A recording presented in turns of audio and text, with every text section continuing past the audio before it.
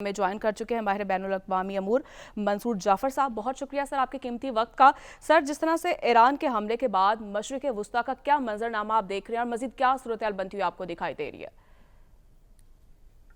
جی بہت شکریہ جی. یقیناً جی اس وقت ایک جو اسرائیل پر اٹیک کی شکل میں ہمیں ایران کا ایک رد عمل دیکھنے کو ملا ہے، اس سے خطے میں جو ایک کشیدگی کی صورتحال ہے وہ تو بظاہر دکھائی دے رہی ہے، لیکن اس کے جو لانگ ٹرم اثرات ہیں وہ میں سمجھتا ہوں کم از کم جو غزہ کے ایشو ہے اس پر تو پازیٹیو ہی پڑیں گے، کیونکہ آپ دیکھیے کہ اس اٹیک سے پہلے جتنا زیادہ اسرائیل جو تھا وہ بیک فٹ پہ تھا اور پینک کا شکار تھا،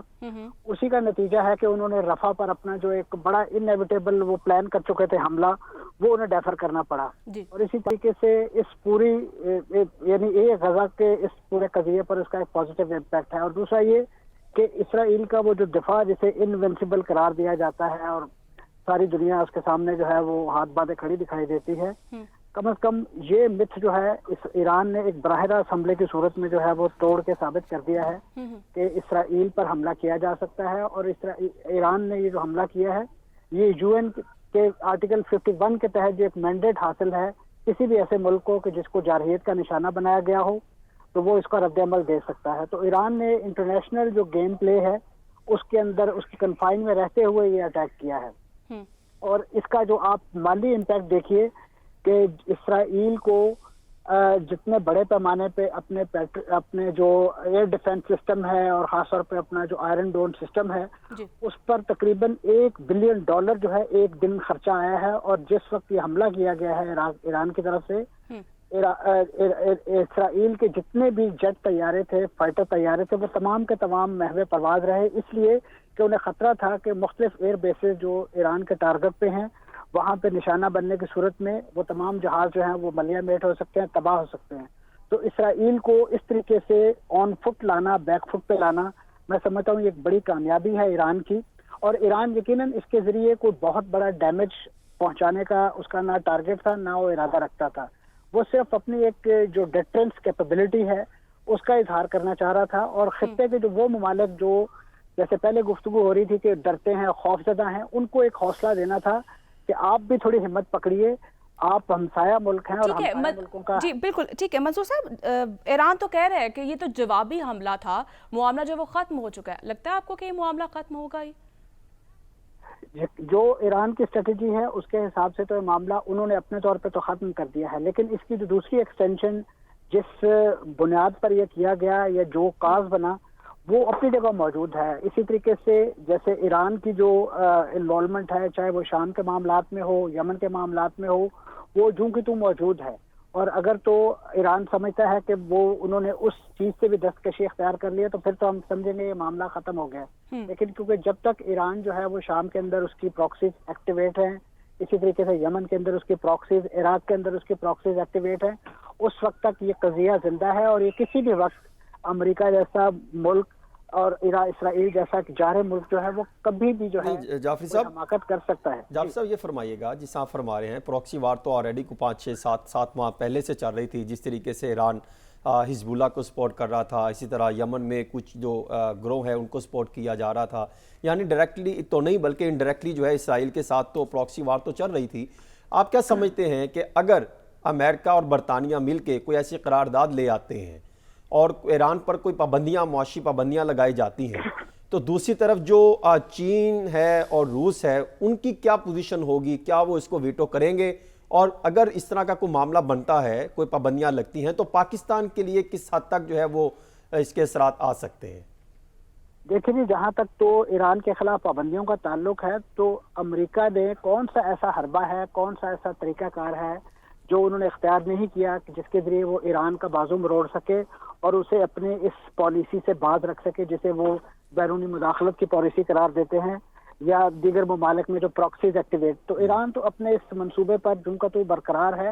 اور اس نے ان تمام پالیسیوں کے باوجود جو ہے، چاہے وہ اس کے جوہری پروگرام کو بنیاد بنا کر اس پر لگائی گئی ہیں یا ان کی ان جسے وہ ایران کی ایکسپینشنسٹ ڈیزائن کہتے ہیں، اس کے نتیجے میں وہ پالیسیاں تو یقین موجود ہیں. اور اس کا ایران پر آج تک جسے کہنا چاہیے وہ اس کا بال بیکا نہیں کر سکے. ایران کو ٹف ٹائم ضرور دیا گیا ہے, ایران نے اس کو بڑا مردانہ وار اس کا مقابلہ کیا ہے. جہاں تک پاکستان کا امپیکٹ ہے, پاکستان یقیناً ہمسایہ ملک ہونے کے ناطے اور خاص طور پہ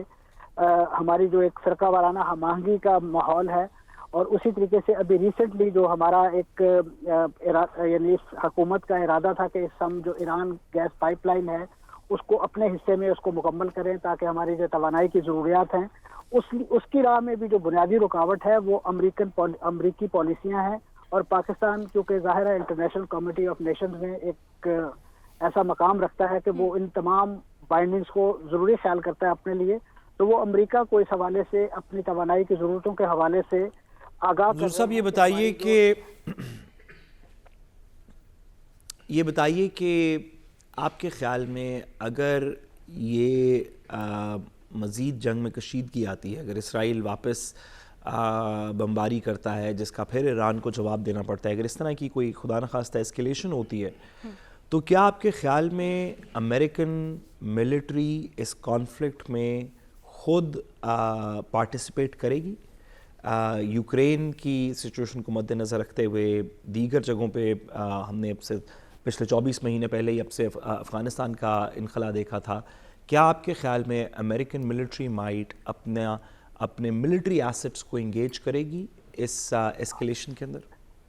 دیکھیے جی, ابھی اس سے ایون جو ایران کا اٹیک ہے اگر آپ اس کا انالیسس کریں تو امریکہ کی طرف سے جو اسٹیٹمنٹ آیا ہے, اور وہ خاص طور پہ بڑے فخریہ انداز میں یہ کہتے ہیں کہ ہم نے اسرائیل کو جو ہے ہمارے جو ایئر بورن سسٹم ہے, ہمارے جو ڈیفنس, ہماری جو اینٹی ایئر کرافٹ گنز ہیں, چاہے وہ اردن میں انسٹال تھیں یا وہ شام کے علاقوں میں یا عراق کے علاقوں میں, انہوں نے ہی بنیادی طور پہ جو ہے وہ اسرائیل کے اس دفاع میں بڑا اہم کردار ادا کیا ہے. تو امریکہ تو آلریڈی اس جنگ کے اندر جو ہے وہ کود چکا ہے, اور اب آپ کو یہ اندازہ ہو جانا چاہیے جس طریقے سے وہ غزہ کی اس وار میں ایک جو جسے کہنا چاہیے وہ کر و فر دکھاتا ہے کہ ظاہری طور پر ڈپلومیٹیکلی وہ یہ شو کرتے ہیں کہ ہم اسرائیل کو بہت زیادہ ریسٹرین اور بہت زیادہ کشیدگی کو بڑھاوا نہ دینے کی تلقین کرتے ہیں, لیکن دوسری طرف وہ جلتی پہ تیل بھی ڈالتے ہیں, ان کو اسلحہ بھی فراہم کرتے ہیں, اور ان کی جتنی بھی بیشنگ کے لیے عالمی اداروں میں قراردادیں پیش ہوتی ہیں ڈپلومیٹیکلی ان کو ویٹو کرتے ہیں, اور اس انداز سے اسرائیل کو جو ہے اسٹرینتھن کرتے ہیں. امریکہ تو خود اس وقت پارٹ اینڈ پارسل ہے. اگر مجھے اجازت دے تو میں یہ کہنے میں کوئی بات محسوس نہیں کرتا کہ یہ جنگ بنیادی طور پہ امریکہ کی جنگ ہے, اور امریکہ ہی لڑ رہا ہے. اسرائیل اس میں اس کا فرنٹ مین کے طور پہ جو ہے وہ پلے کر رہا ہے, اور یہی وجہ ہے کہ اس خطے میں جو قیام امن کے حوالے سے جو کوششیں ہیں, چاہے وہ پیس ایکارڈز کی صورت میں ہوں یا یہاں پہ دو ریاستی حل کی صورت میں ہوں, ان تمام کے تمام کو ناکام بنانے میں براہ راست امریکہ کا کردار ہے, اور یہی وجہ ہے کہ فلسطینیوں ٹھیک ہے منصور صاحب, آپ کہہ رہے ہیں امریکہ کا کردار ہے, بالکل. آپ اردن کا کیا کردار دیکھ رہے ہیں؟ اردن میں جو ہے 90% ہے وہ مسلم کمیونٹی ہے, اور ایران بھی یہ کہہ رہا ہے کہ جو بھی ممالک جو ہے وہ ساتھ دیں گے اسرائیل کا تو انہیں نشانہ بنایا جائے گا. جی, یہاں پہ میں بہت زیادہ افسوس کا اظہار کرنا چاہتا ہوں. اردن نے جس طریقے سے اس وقت ایران کی پیٹھ میں چھرا گھونپا ہے, اور خاص طور پہ اس کی سرزمین سے جن اینٹی ایئر کرافٹ میزائلز کے ذریعے ڈرونز اور مختلف میزائلوں کو گرایا گیا ہے, تو انہوں نے یہ ثابت کر دیا ہے کہ وہ جس پین عربزم کا نعرہ لگاتے تھے, جس القدس کو وہ اپنی عروبہ اپنے عربزم کی شان قرار دیتے تھے, جس مسجد اقصی کے اپنے آپ کو وہ متولی قرار دیتے ہیں, انہوں نے اسی مسجد اقصی کے دفاع کی جنگ لڑنے والوں کو جس طریقے سے ان کی کمر میں چھرا گھونپا ہے, اور اسرائیل کو جس انداز سے ایران نے ٹارگٹ کیا تھا, انہوں نے اس کو سیف پیسج دے کے ان میزائلوں کو, ان ڈرونز کو گرا کے ثابت کر دیا ہے کہ وہ فلسطینیوں کے کبھی بھی خیر خواہ نہیں ہو سکتے. یہ جانتے بوجھتے ہوئے کہ اردن ایک ایسا ہمسایہ ملک ہے فلسطین کا کہ جس میں 63% آبادی جو ہے وہ فلسطینین ڈائسپورا کی ہے, جو مختلف مہاجر کیمپوں میں اور مختلف ان کے شہروں میں آباد ہیں. انہوں نے بنیادی طور پہ اس رد عمل کو بھی نگیٹ کر دیا کہ جو اس وقت اردن کے دارالحکومت عمان میں جو اسرائیل کا سفارت خانہ ہے جو بند ہے ایک عرصے سے, اس کے سامنے جو روز مظاہرے ہو رہے ہیں, اور وہاں پہ جو انہوں نے جس انداز سے وائلنٹلی اس کو کرش کرنے کی کوشش کی ہے, تو انہوں نے ثابت کر دیا کہ ان کی طرف سے جو امداد کی ڈراپنگ تھی وہ ایک ڈرامہ تھا, جس کے نتیجے میں وہ صرف اور صرف دنیا کی آنکھوں میں دھول جھونکنا چاہتے تھے کہ وہ فلسطینیوں کے حامی ہیں, جبکہ حقیقی معنی میں وہ فلسطینیوں کا دشمن ہے. اور انہوں نے اس دشمنی کا بھی منہ بولتا ثبوت جو ہے اسرائیل کی طرف جانے والے میزائلوں کو گرا کے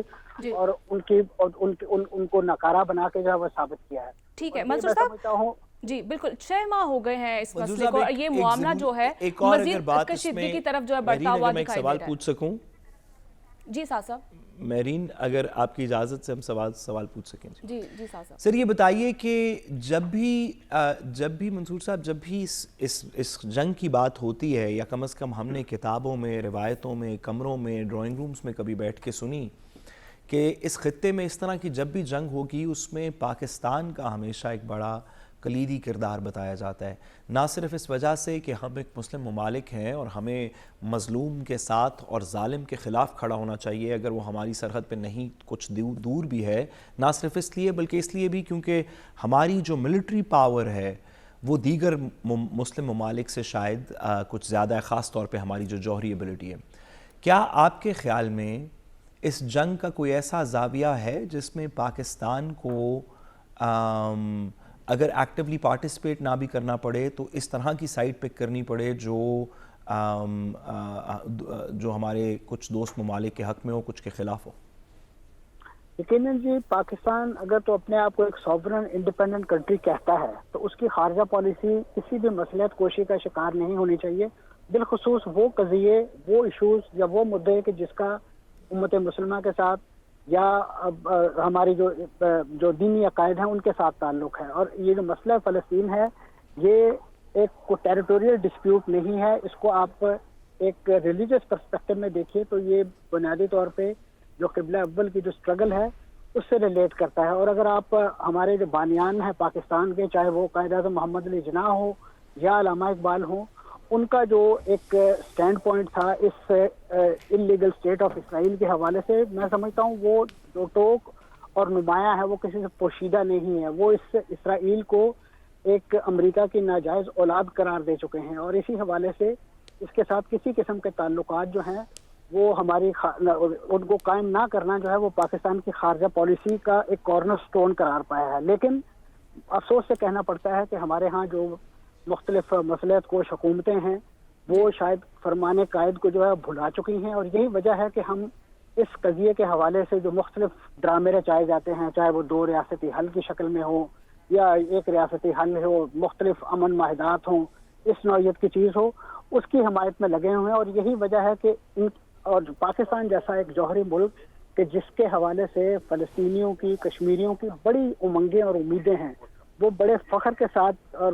بڑے جیسے کہنا تفاخر کے ساتھ اس کا اظہار کرتے ہیں کہ پاکستان ایک نیوکلیئر کنٹری ہے اور پاکستان ایک اسلامک کنٹری ہے. ہمارے ہر ضرورت پڑنے پر